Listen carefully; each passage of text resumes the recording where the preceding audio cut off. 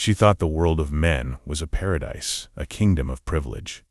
As a feminist writer, she wanted to expose that kingdom. To do that, she chose the most dangerous path, becoming one of them. For 18 months, she erased everything about herself and transformed into a man named Need. She infiltrated the most secret, most closed-off spaces of men. But in the middle of this dangerous experiment, what she found was not a kingdom of power. It was the cold, silent loneliness and helplessness that men could never talk about. This unprecedented experiment became one of the heaviest psychological confrontations in history. But while trying to enter someone else's mind, she would begin to lose her own sanity. What did Nora Vincent see in the world of men that shattered her mind completely? The year was 2003. Nora Vincent was a tough, sharp, and deeply committed feminist writer living in New York. From her perspective, the world was a massive playground designed for men. While women constantly had to prove themselves, men were born at the top of the system simply because they were men. Higher salaries, the luxury of walking the streets without fear, and authority. Nora wanted to prove the privilege of being a man. She intended to show the world how men behaved around each other when women were absent, and how they shared power among themselves. But she couldn't do it as an outside observer. To hear what was said behind closed doors, she had to enter those spaces as a man.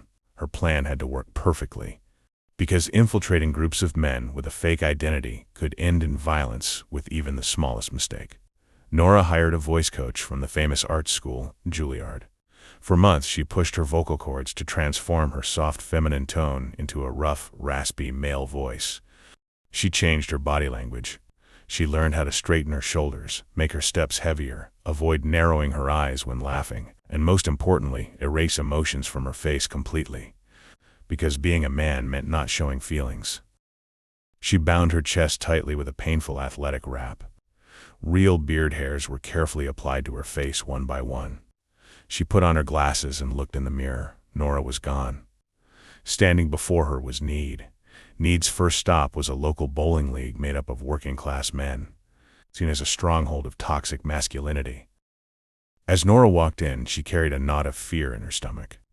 She expected these men to make misogynistic jokes and constantly try to prove their dominance. She was eager to hear the ugly truths she would later write in her notebook. She joined the team. For weeks she drank beer with them and sat at the same table. But as time passed, what truly horrified Nora was not what these men said. It was what they didn't say. There was no display of power, no hatred toward women. There was only an incredibly heavy, suffocating silence. These men came here once a week, sat side by side, yet never truly talked to each other. If a man was having problems with his wife, he stayed silent. If someone was drowning in debt, he simply smiled and took another sip of his beer. No one asked how are you or what's really going on inside you. The men's club was not the glamorous throne room Nora had imagined. It was a silent prison where everyone sat alone in their own cell. Nora would later write these moments in her journal.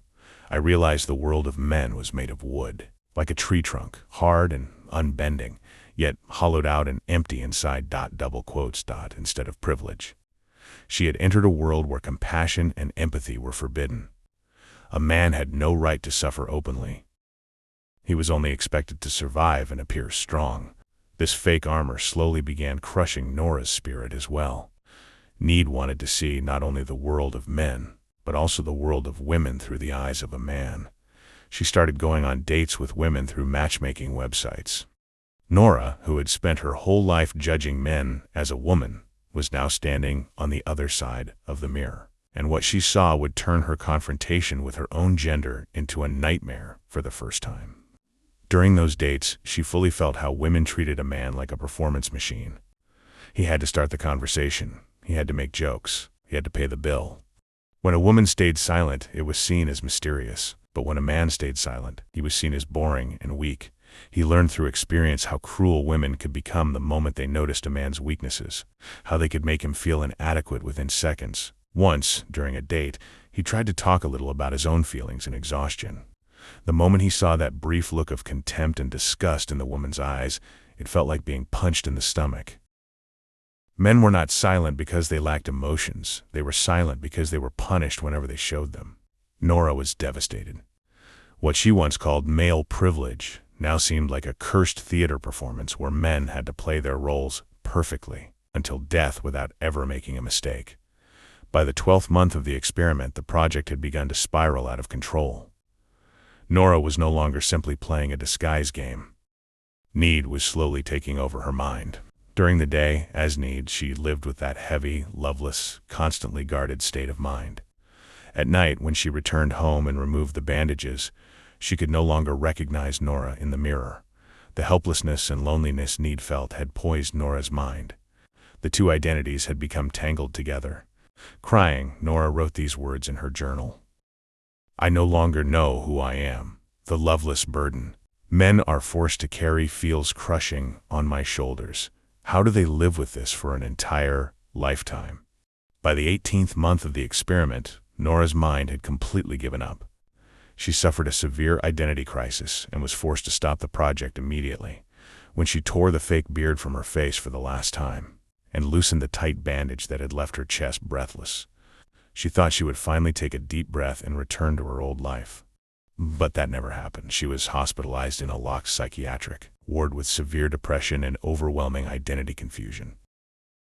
The dangerous infiltration operation she had planned had worked perfectly, but while leaving that dark world, she had left her own soul behind inside it. During those long weeks in the hospital, Nora became afraid of looking into the mirror, because every time she did, she felt Need's dull, emotionless, and helpless eyes staring back at her. The silent loneliness of men had stopped being just a role she played. It had seeped into her blood, her cells, and the deepest corners of her mind like poison. After her first treatment in the hospital, Nora turned that entire 18-month nightmare into a book called Self-Made Man. When the book was released in 2006, it became a phenomenon. Nora expected anger and backlash, but what she encountered pushed her into an even deeper emotional collapse. At book signings, those supposedly strong and privileged men stood in front of her and broke down in tears. Millions of men wrote letters saying, "You are the first person who truly understood us. Thank you for hearing us inside this silent prison." She had achieved one of the greatest empathy experiments in the world. She had revealed the fragile, unloved inner world of men to humanity in its rawest form. But sometimes, too much empathy can be deadly. For one person to feel another person's pain this deeply is a burden the human mind can barely endure. Nora Vincent was never the same person again after that experiment. The crushing loneliness she experienced in the world of men left a permanent, irreversible scar on her mind. For 16 years after the release of the book, she fought against that darkness. Years of severe depression, medications, and endless hospital stays. None of it could close the black hole Need had carved into her mind. Her mind had completely collapsed. Her body could no longer carry the weight of that psychological torment. Unable to endure the pain of that divided identity any longer, Nora Vincent traveled to a clinic in Switzerland at the age of 53. There, through assisted dying, she chose to let go of the heavy burden she had carried for years and ended her life on her own terms. That's all for today. Subscribe for more, and don't forget to like the video. Goodbye.